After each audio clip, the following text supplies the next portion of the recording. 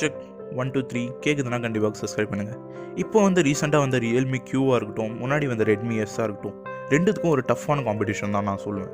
ஏன்னா ரெண்டுத்துலேயும் ஒரு சிமிலரான ஸ்பெசிஃபிகேஷன் தான் தந்திருக்காங்க, ரெண்டுத்துலேயும் ஒரு சிமிலரான ஃபியூச்சர்ஸ் மட்டும் தான் இருக்குது.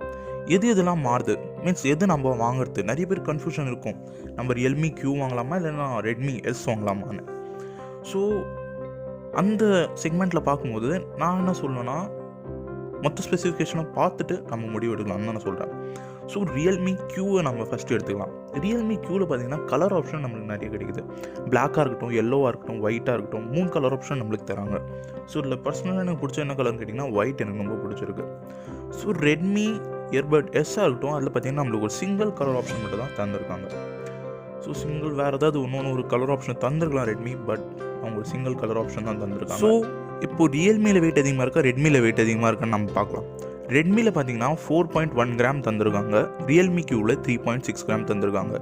ரியல்மி என்ன சொல்கிறாங்கன்னா, ஒரு A4 ஷீட் பேப்பரோட இவங்களோட earbuds means single earbuds weight கம்மியாக இருக்குன்னு சொல்ல வராங்க. ஓகே, வெயிட் பிரகாரம் பார்க்கும்போது ரெட்மி அதிகமாக இருக்குது, 4.1 கிராம் இருக்குது. இப்போ நம்ம டிரைவர் செக்மெண்ட்டில் வரலாம்.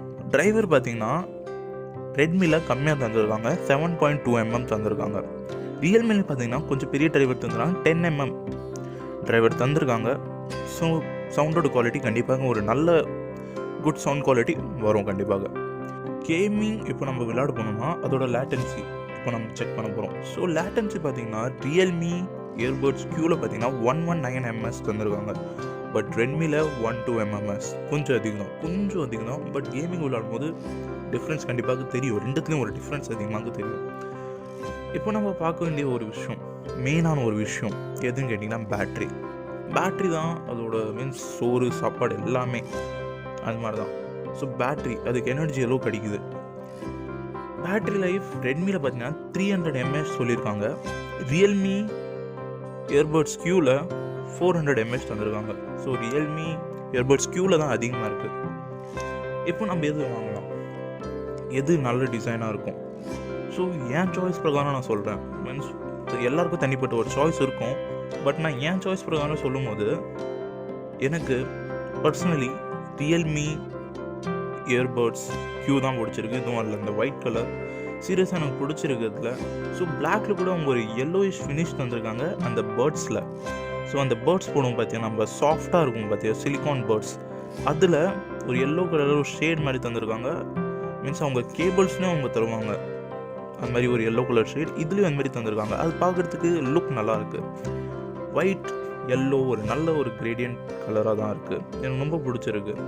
ஸோ என் பர்சனலி பார்க்கும்போது ரியல்மி க்யூ தான் நான் வாங்குவேன். ஸோ ரியல்மி இயர்பட்ஸ் க்யூ தான் எனக்கு பர்சனலி எனக்கு ரொம்ப பிடிச்சிருக்கு. ஏன்னு எனக்கு தெரியல, பட் அதோட டிசைனாக இருக்கட்டும், அதோட ஷேப்பாக இருக்கட்டும், ஒரு லைட் வெயிட் இருக்கட்டும், ஸோ ரெண்டுமே ஒரு காம்பேக்டான ஒரு இது தான். நான் அவ்வளோதான் சொல்ல வரல, ரெண்டுமே ஒரு காம்பேக்டான இது தான். பாக்கெட் ஃப்ரெண்ட்லில் தான் ரெண்டுமே, எங்கே வேணாலும் எடுத்துகிட்டு போகலாம், ஈஸியாக இருக்கும் கேரி பண்ணுறதுக்கு. கண்டிப்பாக அந்த 2 இயர்பட்ஸும் ஈஸியாக தான் இருக்கும்.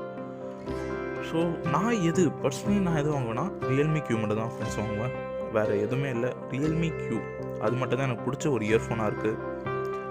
ஸோ இதோட நான் வீடியோ முடிக்க போகிறேன். Tata bye bye, see you in the next video.